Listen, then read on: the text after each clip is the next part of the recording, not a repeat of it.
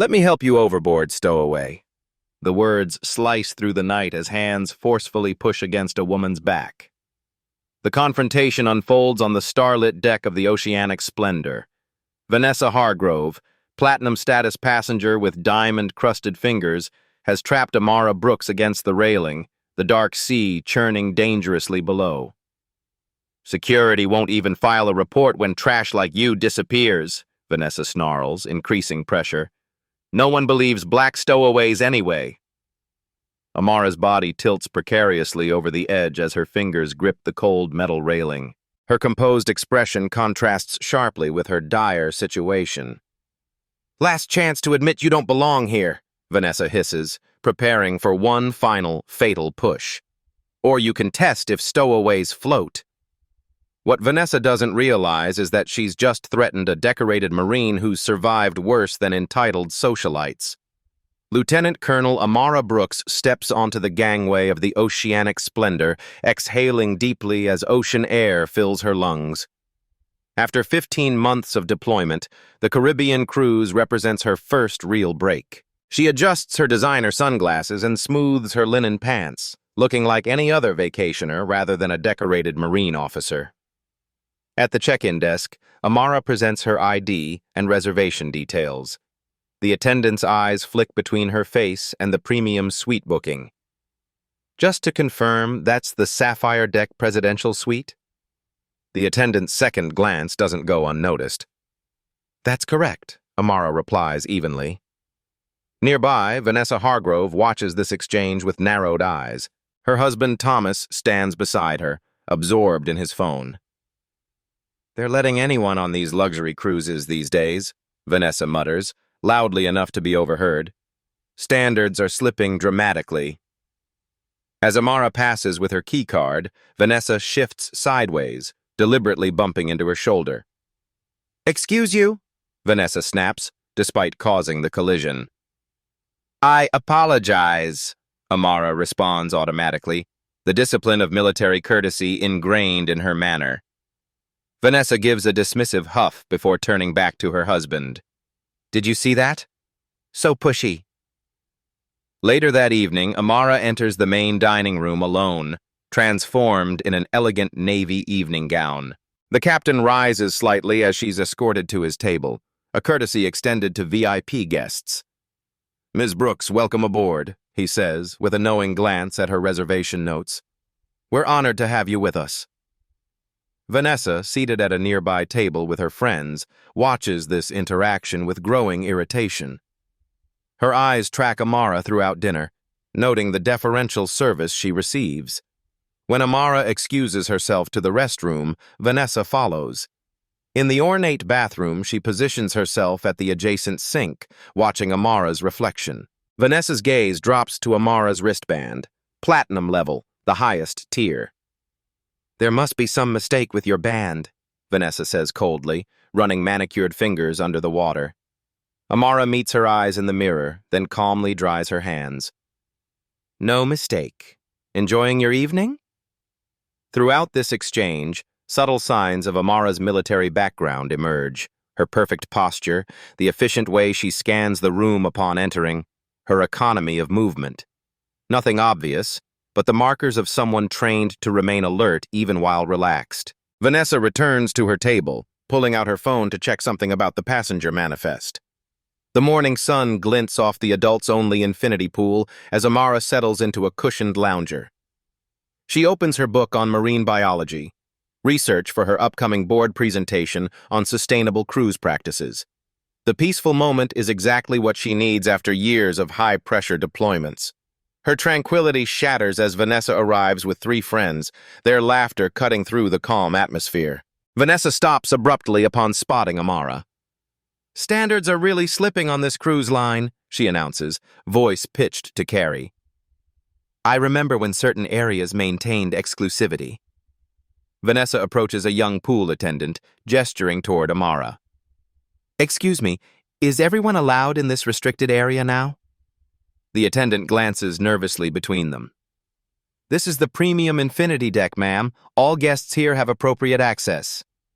Unsatisfied, Vanessa marches directly to Amara's lounger, designer heels clicking against the deck.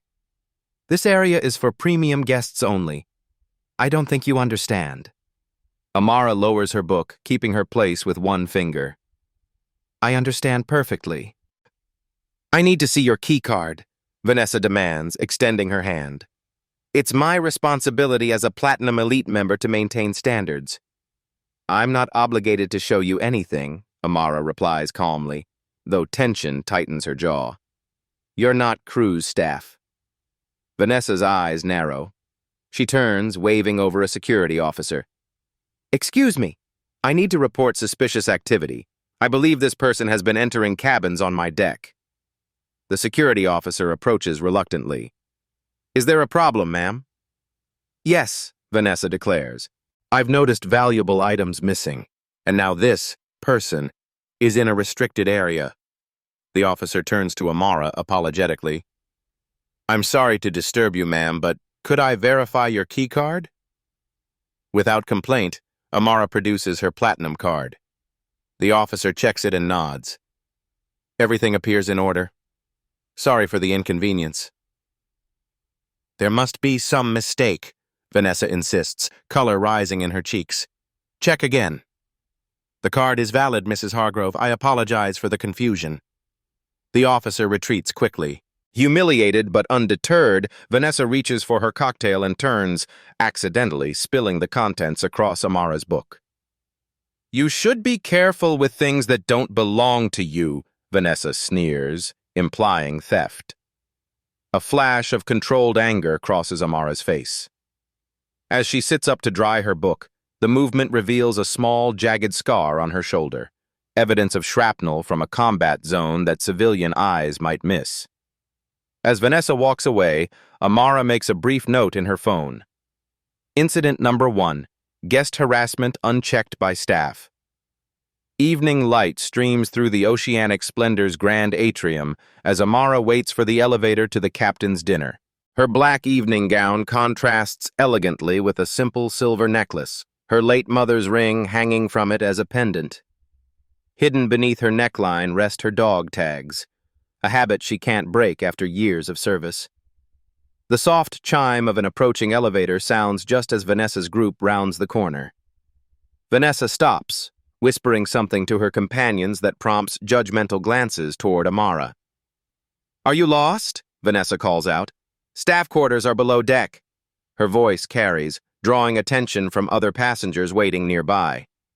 Amara continues facing forward, her expression neutral despite the deliberate provocation. Excuse me, I'm speaking to you, Vanessa persists, stepping closer. The help isn't allowed at formal events unless they're serving. The elevator doors slide open. As Amara moves to enter, Vanessa sidesteps in front of her, physically blocking her path. This is for guests only. Service elevators are that way. Vanessa points down a side corridor. Other passengers shift uncomfortably. A woman glances sympathetically at Amara but remains silent. A couple whispers to each other, eyes averted from the confrontation. A junior cruise officer in a white uniform approaches hesitantly. His name tag reads, Daniel Evans, Assistant Purser. His eyes dart between the women, recognition flickering as he identifies Amara as a guest, but his posture betrays uncertainty. Is there a problem here? He asks, voice lacking authority. Yes, Vanessa interjects before Amara can respond. This woman is trying to attend the formal dinner. She's clearly not a guest. Evans turns to Amara. Ma'am, do you have your key card? Amara reaches into her clutch, producing her platinum card. Vanessa snatches it from her hand before Evans can take it. This is obviously fake. Or stolen. Vanessa inspects the card with exaggerated scrutiny. The confrontation has now drawn a small crowd. 2 security officers watch from a distance but make no move to intervene. An elderly couple shakes their heads disapprovingly. Amara stands perfectly still, her military bearing evident in her controlled response. Return my property now. Evans, visibly flustered, extends his hand toward Vanessa. Mrs. Hargrove, please. You know me, Daniel, Vanessa cuts him off. I've been cruising with this line for 15 years. Trust me when I say something isn't right here. Evans swallows hard, then turns to Amara. Perhaps, ma'am, you could use another elevator? Just to avoid any confusion? His choice to appease Vanessa rather than enforce rules strikes Amara like a physical blow. The officer has essentially sided with harassment despite knowing it's wrong. As Amara turns to leave, dignity intact but anger building, Vanessa returns the keycard to Evans rather than its owner. She then adds, just loudly enough for nearby passengers to hear, "These stowaways are getting bolder every cruise." Amara pauses mid-step. Every muscle in her body tenses with the instinct to respond, years of combat training telegraphing through her perfectly controlled stance. When she speaks, her voice is quiet, but carries the unmistakable authority of command. "You'll regret that comment," she says simply, then walks away, her posture never faltering despite the public humiliation. In her suite, Amara removes her dog tags from under her dress, then makes a call. "Dad, I think it's time to move up our timeline on the Oceanic Splendor review." Amara sits at the mahogany desk in her suite, fingers moving rapidly across her laptop keyboard. The room's luxury contrasts sharply with her military precision as she documents the evening's events with clinical detachment. Incident number 2, 2025, 07:15, 1945 hours, confrontation at Deck 9 elevators. Perpetrator, Vanessa Hargrove, cabin E724. Witnesses, Assistant Purser Daniel Evans, Security Officers Ramirez and Chen. Badges clearly visible, did not intervene. Approximately 7 to 10 passengers. She records exact quotes, timestamps, and witness reactions with the thoroughness ingrained by years of military incident reporting. Nothing is exaggerated. Nothing is omitted. Amara opens a secure email, the header revealing her full identity. Lieutenant Colonel Amara Brooks, United States Marine Corps, Bronze Star recipient, currently on leave after deployment to classified operation zones. The email draft is addressed to the legal team at Brooks International Holdings, with subject line, Oceanic Splendor Cultural Assessment, Preliminary Findings. She reaches for her phone, pressing a single contact. The call connects immediately. "Dad," she says, her voice softening slightly. "We have a situation." Nathan Brooks's deep voice responds with immediate concern. "Are you all right?" "Physically, yes. But what I'm seeing confirms our suspicions about operational culture." Amara summarizes the incidents clinically, her father's occasional sharp intake of breath the only interruption. "This is outrageous," Nathan finally responds. "I'll have the captain—" "No," Amara cuts in firmly. "This is exactly why I wanted to travel incognito. The culture problems run deeper than we thought. I need to see how bad it gets when they think no one important is watching." She outlines her strategy to document everything before next week's board meeting, where significant operational changes will be proposed. "The staff's handling of discrimination will now be central to my report," she concludes. "This isn't just about passenger experience, it's about corporate liability." Nathan sighs heavily. "Your mother would be proud of your approach. She always said systemic problems need systemic evidence." "I learned from the best," Amara responds, touching the ring hanging from her necklace. Meanwhile, in her luxury suite, Vanessa sits before her vanity, scrolling through search results on her tablet. Amara Brooks yields limited results, a few academic publications on marine conservation, nothing revealing rank or status. "She must have used a fake name," Vanessa mutters. "People like her always have something to hide." Thomas Hargrove loosens his bow tie, watching his wife with evident fatigue. "Vanessa, perhaps it's time to let this go. She's just another passenger." "She embarrassed me in front of everyone," Vanessa snaps. "People like her need to learn their place. She doesn't belong in first class, and I'm going to prove it." Back in Amara's suite, she prepares for bed with military efficiency, clothes precisely folded, alarm set, room secured. A momentary flashback crosses her mind, directing her platoon through razor wire under heavy fire, her calm commands creating order amid chaos, saving lives when panic would have cost them. She touches her mother's ring, the cool metal centering her thoughts.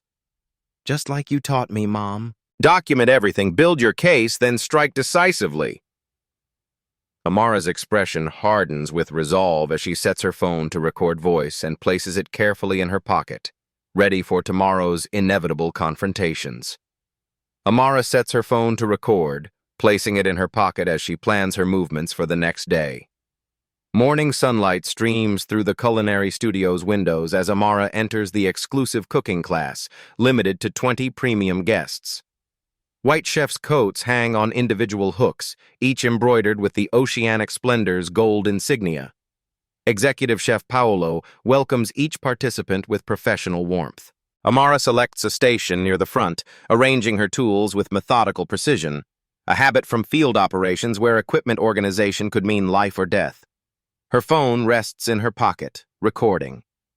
Vanessa arrives 10 minutes late, making a theatrical entrance that interrupts Chef Paolo's introduction.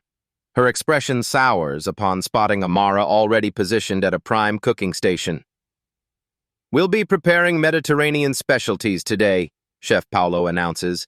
"Please familiarize yourselves with your ingredients while I demonstrate the proper technique for filleting sea bass." During the demonstration, Amara notices Vanessa watching her rather than the chef. When participants return to their stations to begin cooking, Vanessa selects the workstation directly behind Amara's. The class progresses smoothly until Amara steps away to collect fresh herbs from the central ingredient table. In that brief moment, Vanessa casually reaches over and turns Amara's induction cooktop from medium to high heat, then quickly returns to her station. Within minutes, Amara's olive oil begins smoking aggressively. Chef Paolo looks up, frowning. "Someone's temperature is much too high," he remarks, moving toward the smoke. "Some people clearly don't belong in a kitchen like this," Vanessa announces loudly. "Perhaps they're more accustomed to fast food preparation." Several guests chuckle uncomfortably. Chef Paolo reaches Amara's station, his expression hovering between concern and judgment. "Do you need extra help with temperature control?" he asks, his tone condescending rather than supportive. He glances at Vanessa, clearly reluctant to displease a known high-value guest. "No, thank you. I've got it." Amara quickly adjusts the heat and moves her pan aside to cool. Despite the sabotage, she remains composed, assessing the situation like a tactical challenge. She salvages her dish with practiced skill, demonstrating knife techniques that speak to extensive experience. Her movements are economical and precise as she creates a perfectly plated sea bass with saffron sauce. Vanessa, frustrated by Amara's competence, deliberately bumps into her while carrying a ladle of sauce. The red liquid splashes across Amara's white chef's coat. "Oh, now you look like you belong in the kitchen," Vanessa sneers. "Covered in stains." Chef Paolo laughs nervously, glancing between them. "Accidents happen," he offers weakly, then adds, "I can get you a replacement apron from our staff supply." Amara looks down at the stain, then directly into Vanessa's eyes. "I'm quite comfortable as I am," she replies, her steady gaze never wavering. As class ends, Amara receives a text from the ship's first officer. "Ms. Brooks, the captain requests a discreet meeting." Captain Robert Winters waits in his private office, naval decorations adorning the walls behind his desk.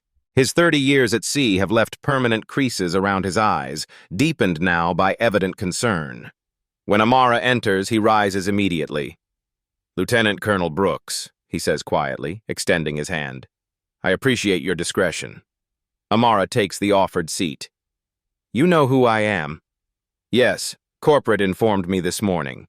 He gestures to a confidential file on his desk. "Your military service is quite distinguished, as is your family connection to our parent company." "Then you understand I'm here to evaluate passenger experience," Amara states, watching his reaction carefully, "including how the crew handles incidents between guests." Captain Winters shifts uncomfortably. "Regarding Mrs. Hargrove's behavior, She's a platinum elite guest who books our owner's suite twice yearly. Her family accounts for over $50,000 in revenue per cruise. That explains the preferential treatment, Amara observes neutrally. We can move you to the owner's suite to avoid further incidents, he offers. It's currently unoccupied. Amara shakes her head. I'm exactly where I need to be. But I'm curious. How many similar incidents occur on your cruises? The captain's expression becomes evasive. Our customer satisfaction scores are excellent. 92% of guests rate their experience as outstanding. That wasn't my question, Amara presses. How many discrimination complaints have been filed in the past year? We handle all guest concerns with utmost... Captain, Amara interrupts quietly. I've reviewed 3 years of passenger complaints. I'm asking what percentage involved discriminatory behavior. He clears his throat. Perhaps we should discuss the upcoming ports of call instead. I've taken the liberty of arranging VIP excursions for...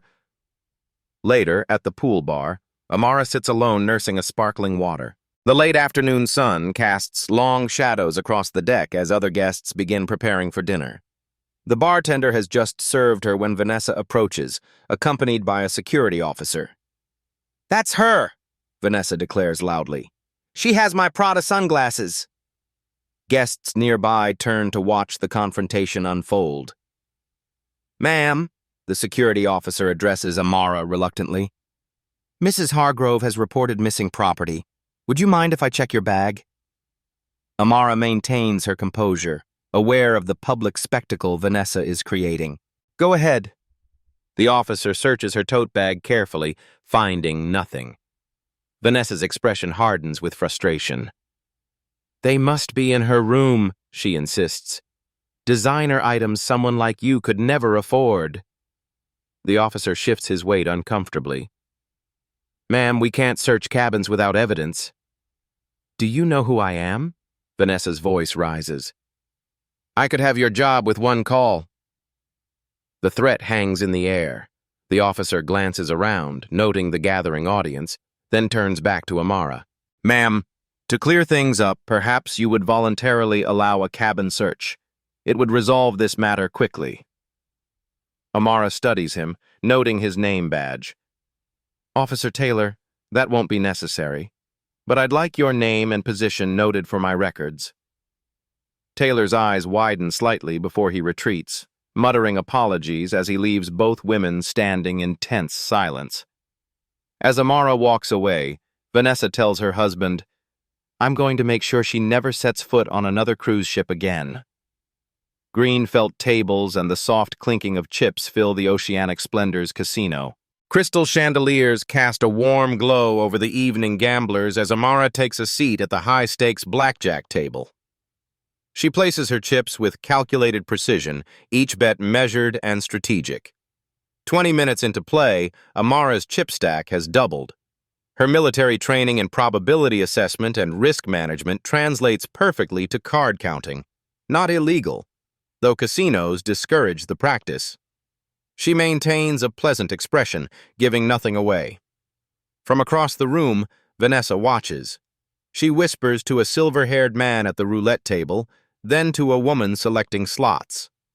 Within minutes, Vanessa has circulated throughout the casino, stopping beside various patrons with urgent murmurs. Watch your valuables around the Stowaway, she warns one couple. Security is already investigating her. Glances shift toward Amara. The atmosphere changes subtly as Vanessa's poison spreads through the room. The casino manager approaches Amara's table. He's a thin man with an artificial smile that doesn't reach his eyes. Madam, may I speak with you? He asks quietly. Amara collects her chips.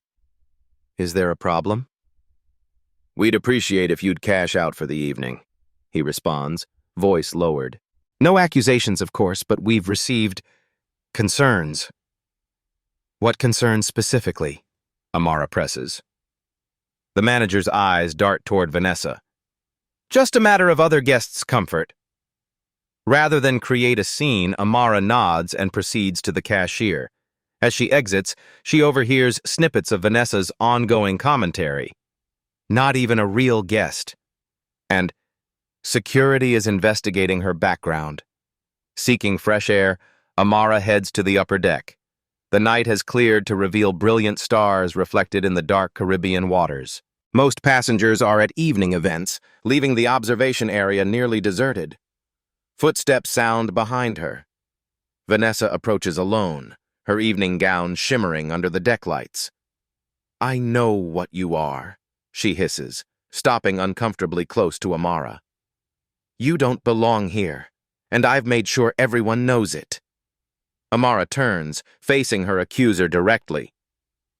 "And what exactly am I, Ms. Hargrove?"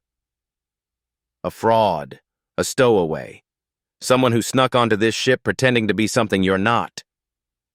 The confrontation escalates as Vanessa steps closer, blocking Amara's path to the door.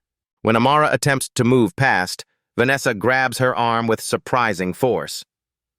"People like you need to learn respect," Vanessa snarls, shoving Amara toward the railing.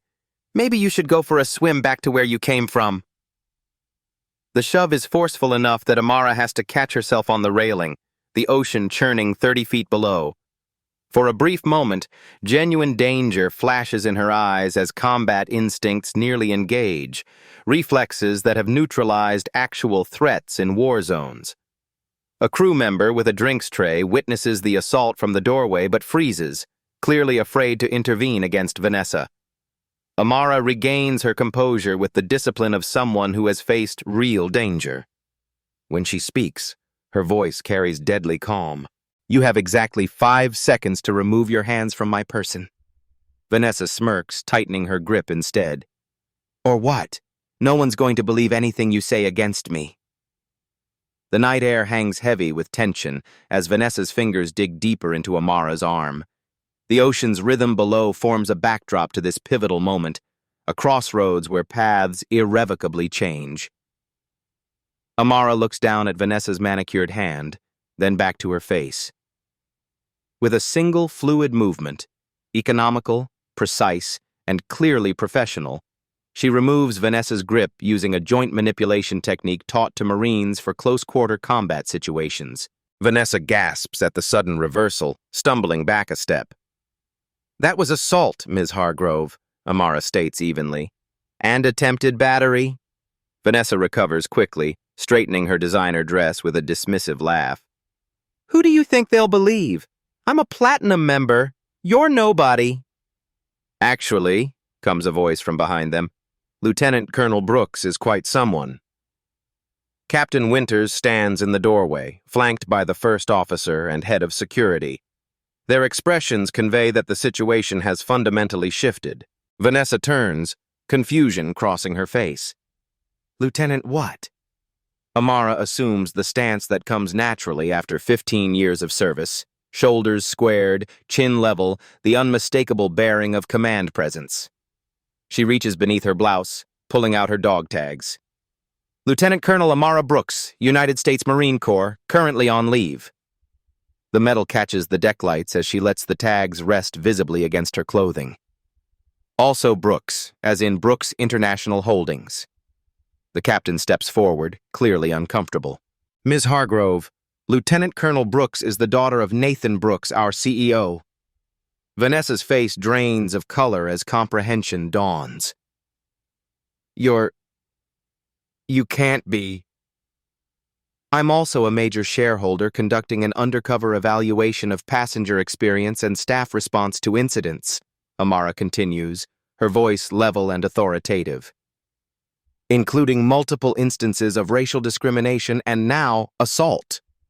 The head of security, a former military man himself judging by his bearing, addresses Vanessa directly. "Miss Hargrove, we have surveillance footage of your assault just now, and Lieutenant Colonel Brooks has provided recordings of previous incidents." Vanessa's composure fractures. Her voice rises an octave. "This is ridiculous. I was just playing around. She's been hostile since day one." "Playing around?" Amara repeats calmly, retrieving her phone. She taps the screen, and Vanessa's voice fills the night air, crystal clear. "These stowaways are getting bolder every cruise." Another tap, Maybe you should go for a swim back to where you came from. Vanessa attempts to interrupt, but Amara raises her hand slightly, a gesture that stops words mid-formation, the instinctive authority of a commanding officer. Captain, Amara says, turning to Winters, I believe this situation requires immediate action. The captain nods, his professional demeanor finally matching the gravity of the situation. Ms. Hargrove, we'll need you to return to your cabin while we process this situation. Your keycard privileges are temporarily suspended. You can't do that. Do you know how much money we spend with this cruise line? Vanessa's indignation shatters against the impassive expression surrounding her. Ma'am, please don't make this more difficult, the head of security says firmly. 2 security officers appear, ready to escort her. As Vanessa is led away, her protests echo down the corridor, diminishing with distance. Amara turns to the captain, her expression shifting from contained patience to focused determination. I want to see all discrimination complaints filed on this ship for the past year. And I want to know why your staff repeatedly failed to intervene in textbook cases of harassment. Captain Winters stammers, Ms. Brooks, Lieutenant Colonel, I assure you we take these matters very seriously. Actions demonstrate priorities, Captain, not assurances, Amara interrupts. I've observed multiple crew members witnessing discriminatory behavior and choosing not to act. That's not a coincidence, it's culture. The first officer shifts uncomfortably as Amara continues. This isn't just about me. This is a systemic failure that affects your crew and your guests. And it ends now.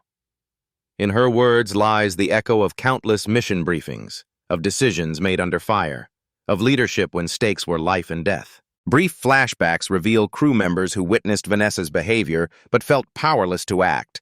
The young pool attendant who looked away when Amara's book was ruined. Officer Taylor, torn between duty and pleasing a high-value guest. The bartender who heard Vanessa's slurs but continued polishing glasses. We'll need to convene an emergency meeting with all department heads, Amara directs. And I'll need access to all relevant records and policies. The captain nods, authority shifting visibly as Amara takes command of the situation. Of course. Right away. In her suite, Vanessa frantically calls her attorney while Thomas packs their belongings, whispering, I told you this would backfire someday. The Oceanic Splendor's executive conference room transforms into Command Central by morning. Amara stands at the head of the table, addressing the assembled senior staff with calm authority. Let's be clear, she states, this isn't a witch hunt, it's a system correction. On display screens, metrics tell a damning story. Discrimination complaints filed but marked resolved without action. Staff reports categorized by the status level of the accused. Incidents where crew interventions were overruled by management concerned about guest satisfaction. The data shows a clear pattern, Amara continues, highlighting key statistics. Complaints against premium guests are 83% less likely to result in corrective action. That's not coincidence. That's policy, whether written or unwritten. The hotel director clears his throat.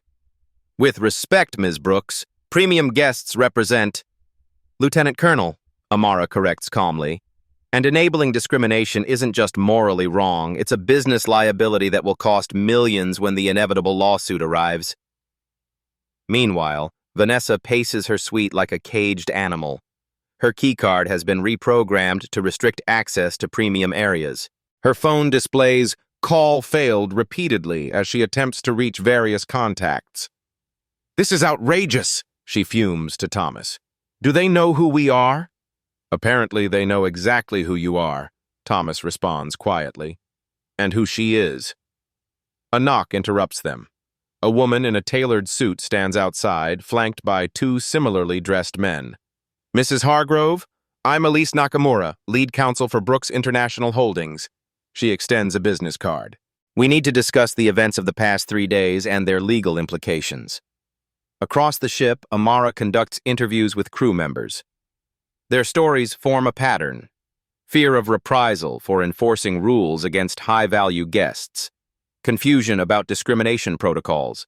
Pressure to prioritize reviews over welfare. A black steward named Devon speaks with visible emotion. Last month, a guest in the Admiral's suite called me a... He pauses.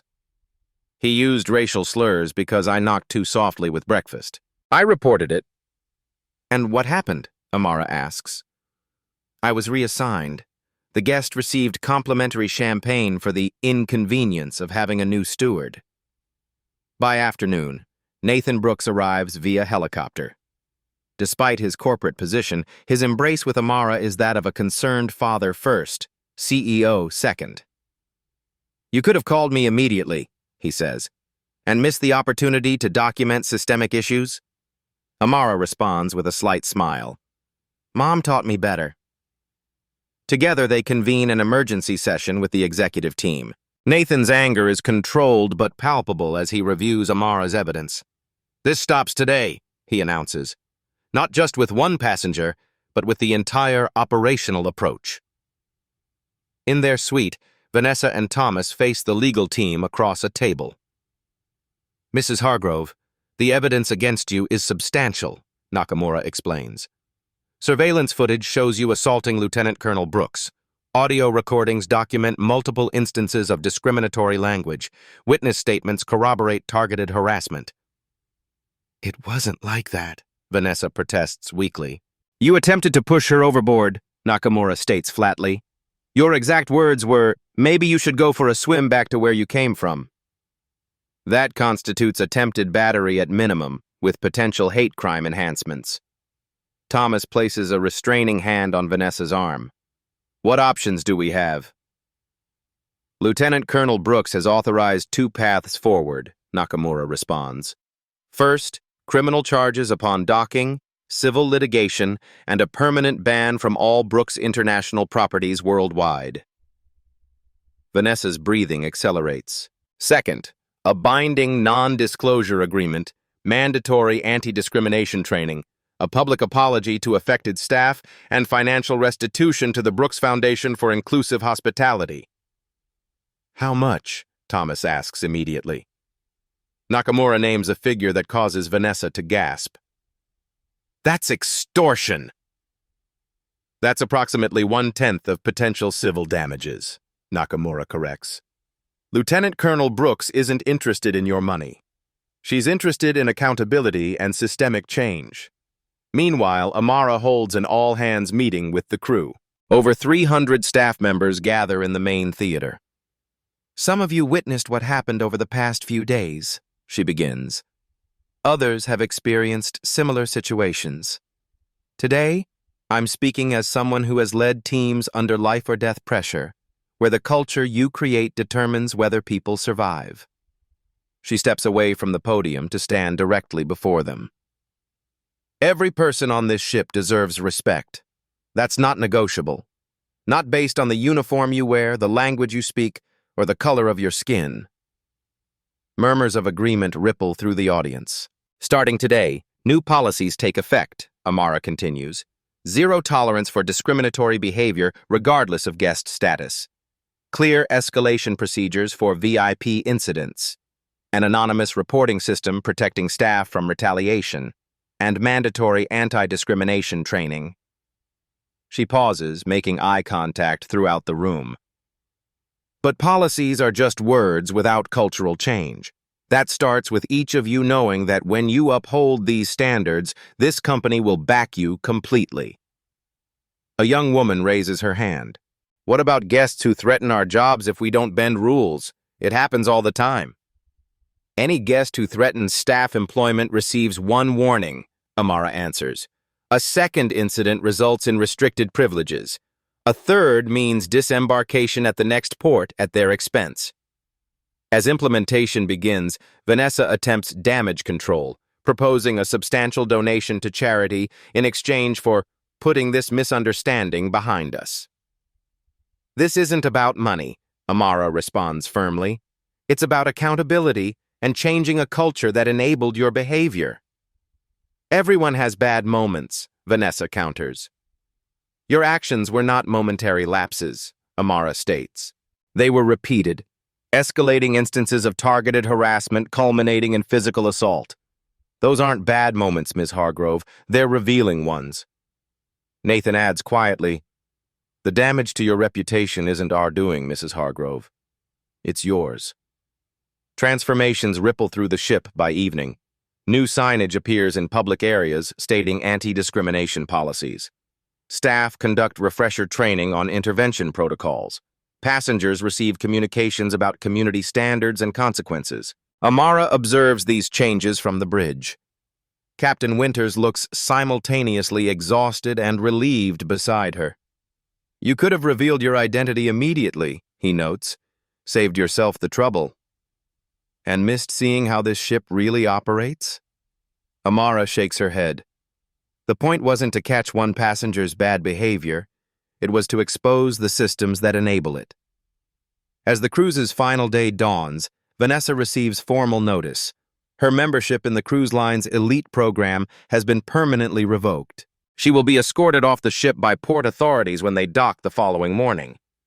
As the ship approaches its final port, Vanessa stares at her phone in horror as notifications begin appearing. Friends and connections already distancing themselves from the brewing scandal. Morning light bathes the oceanic splendor as it approaches San Juan Harbor. Port authorities wait on the dock, their official vehicle visible even from the ship's upper decks. For most passengers, this represents another day of vacation. For Vanessa Hargrove, it marks the end of more than just a cruise. In the captain's office, final proceedings unfold with somber efficiency. Amara sits beside her father and the cruise line's legal team as Vanessa and Thomas are escorted in by security. Gone is Vanessa's imperious demeanor, replaced by the careful blankness of someone recognizing the precipice before them.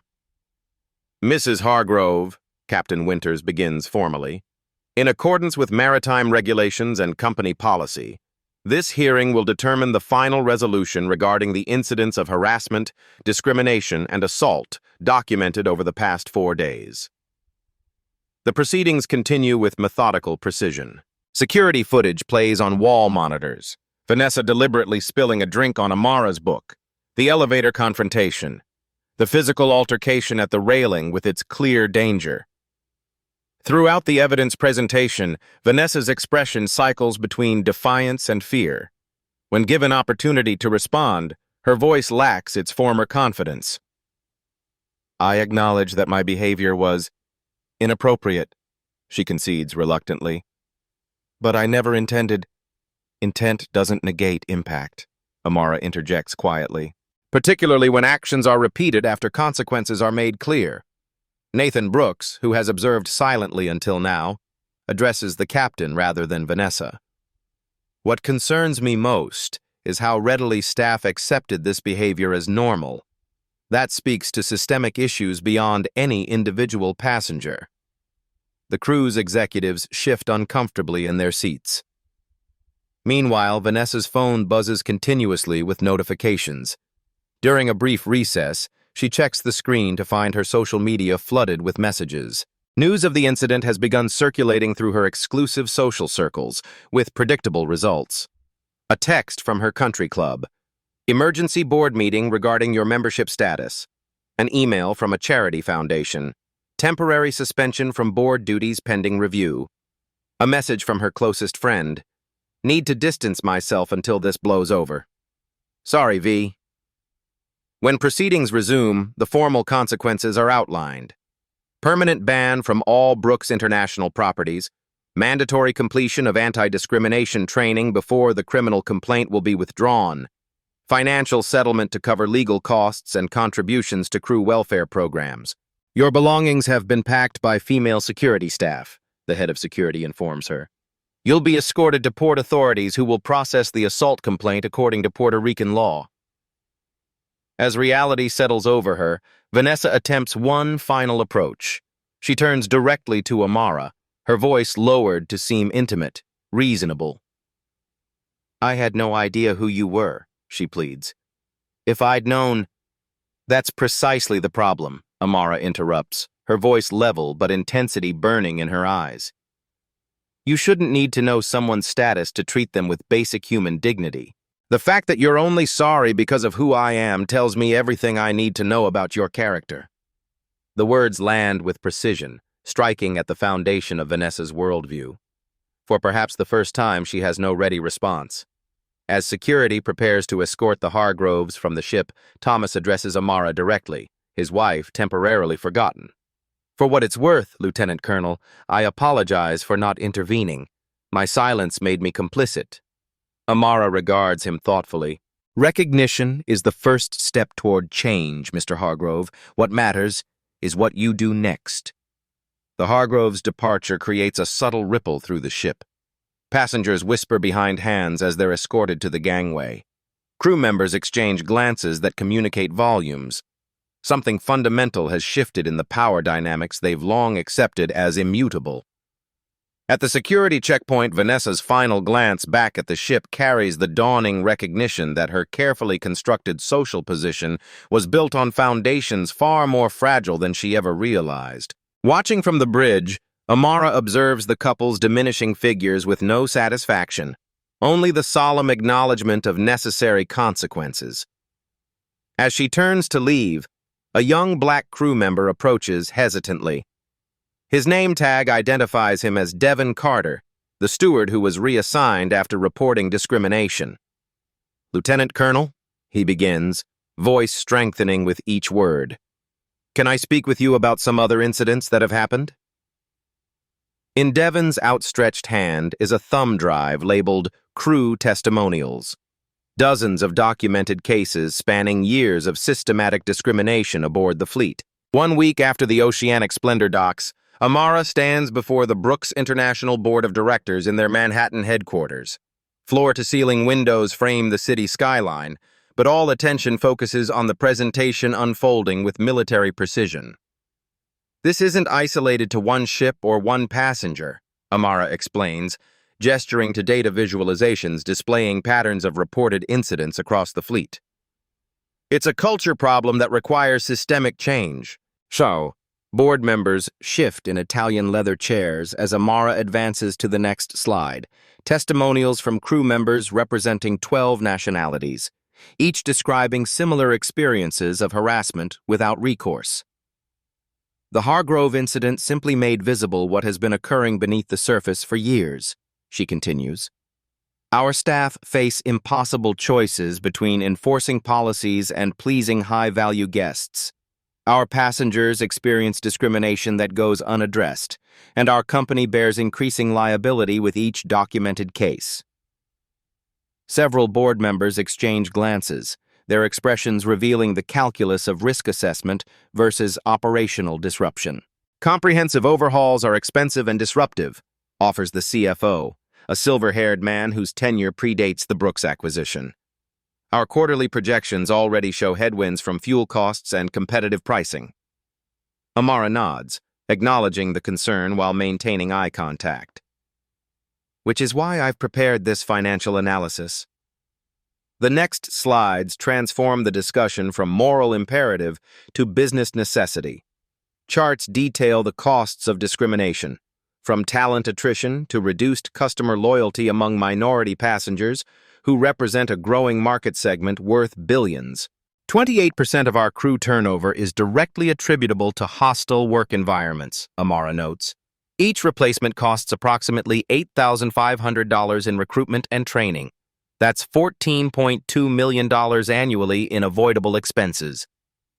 The data continues. Reduced repeat bookings from passengers who witnessed discriminatory incidents.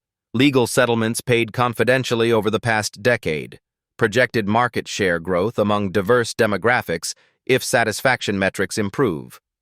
Nathan Brooks, seated at the head of the table, watches his daughter with understated pride.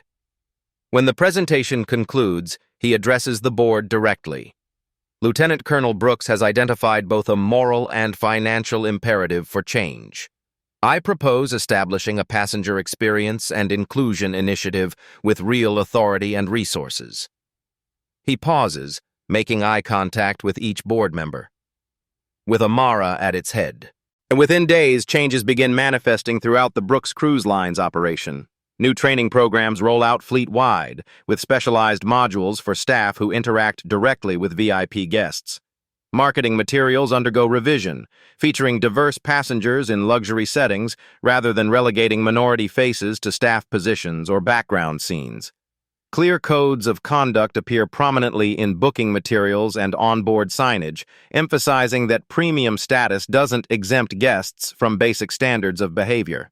Amara personally oversees the implementation of a confidential reporting system for both staff and guests, with direct escalation paths that bypass potentially compromised supervisors. Industry publications take notice of the changes. A headline in Travel Weekly reads, "Brooks International sets new standard for inclusion at sea." Competing cruise lines begin quietly reviewing their own policies as market analysts predict shifts in consumer preferences toward brands perceived as equitable and socially conscious. Addressing the executive team, Amara draws on her military experience in organizational transformation. "Rules without values are just words on paper," she tells them. "Our challenge isn't just changing policies, it's changing hearts and minds at every level of operation." 3 months later, Amara receives an email with the subject line, "Your reforms saved my career and possibly my life. 6 months transformed the oceanic splendor." Beyond physical renovations, updated interiors, and technology upgrades, an invisible but palpable change permeates the vessel. It manifests in straightened shoulders of crew members who no longer flinch when reporting incidents, in the diversity of passengers enjoying premium spaces, in the atmosphere of mutual respect that has become the ship's new normal. Amara Brooks stands on the observation deck as the ship prepares for its rededication ceremony. Her marine dress blues gleam in the Caribbean sunlight, ribbons and insignia telling the story of her service to country, now paralleled by service to a different kind of transformation. "Lieutenant Colonel Brooks," a voice calls from behind. She turns to find Devon Carter approaching, his previous hesitance replaced by confident professionalism. His name tag now reads Passenger Experience Advocate, one of 12 such positions created fleet-wide under Amara's initiative. "The ceremony begins in 20 minutes, he informs her. "Captain Winters asked if you'd like to review your remarks one final time." "Thank you, Devon. How are things progressing with the implementation on the Western Fleet?" Pride infuses his response. "The reporting system went live last week. We've already documented 17 incidents that would have previously gone unaddressed." He pauses, then adds, "When people know there will be consequences regardless of their status, they behave better." Amara nods, recognizing her own words reflected back. "And those who don't are enjoying their vacations from other cruise lines," Devon answers with a measured smile. The ceremony unfolds on the main deck, attended by crew, current passengers, media, and corporate leadership. Captain Winters, whose initial reluctance has evolved into committed partnership, introduces Amara with genuine respect. She approaches the podium, her military bearing evident as she addresses the gathering without notes. "In the Marines, we're taught that leadership means protecting those under your command and holding everyone to the same standard regardless of rank. The same principles apply here." Her voice carries across the assembled crowd. "Excellence isn't just about luxury amenities or destination ports. It's about creating an environment where every person, guest and crew alike, can experience the journey with dignity." Later, as sunset paints the ocean in amber hues, Amara stands alone at the railing where Vanessa Hargrove once tried to intimidate her. The irony isn't lost on her as she fingers the ring hanging from her necklace. "She would have loved seeing this," Nathan Brooks says, joining his daughter at the railing. Her mother, one of the first black female executives in the cruise industry, had faced barriers that make Vanessa Hargrove's behavior seem almost quaint by comparison. She helped design the original Splendor, Amara remembers, but never sailed on it. "The industry wasn't ready for her then," Nathan acknowledges. "She changed what she could from the inside."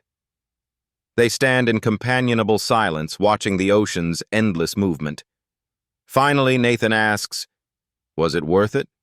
Everything that happened with Hargrove?" "Every moment," Amara replies without hesitation. "Not for what happened to her, but for what's happening here." She gestures toward the ship where diverse passengers and crew interact with newfound respect. subtle but unmistakable shifts in behavior, language, and attitude that signal deeper change. I heard her lawsuit was dismissed, Nathan mentions. She's become something of a pariah in those social circles she valued so highly. That wasn't my intention, Amara says quietly. But consequences have their own momentum. As night settles over the ship, stars emerging in the vast Caribbean sky, Amara reflects on the journey that brought her here. From combat zones to corporate boardrooms, different battlefields with the same essential mission, protecting those who cannot protect themselves. The moral emerges not in grand pronouncements, but in the quiet realization that has guided her life.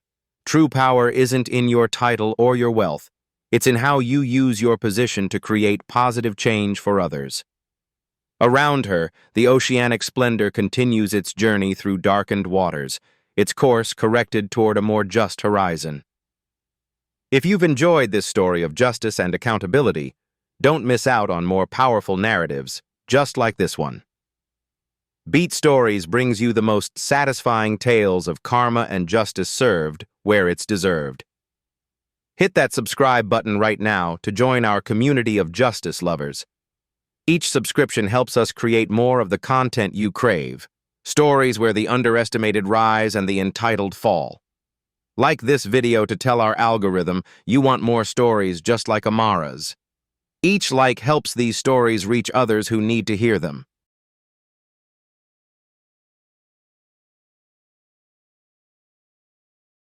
Behind every headline is a human story. At Beat Stories, we go deeper, where emotion meets evidence and drama reveals the system. If this story made you pause, reflect, or feel something, don't forget to subscribe. There's more to come.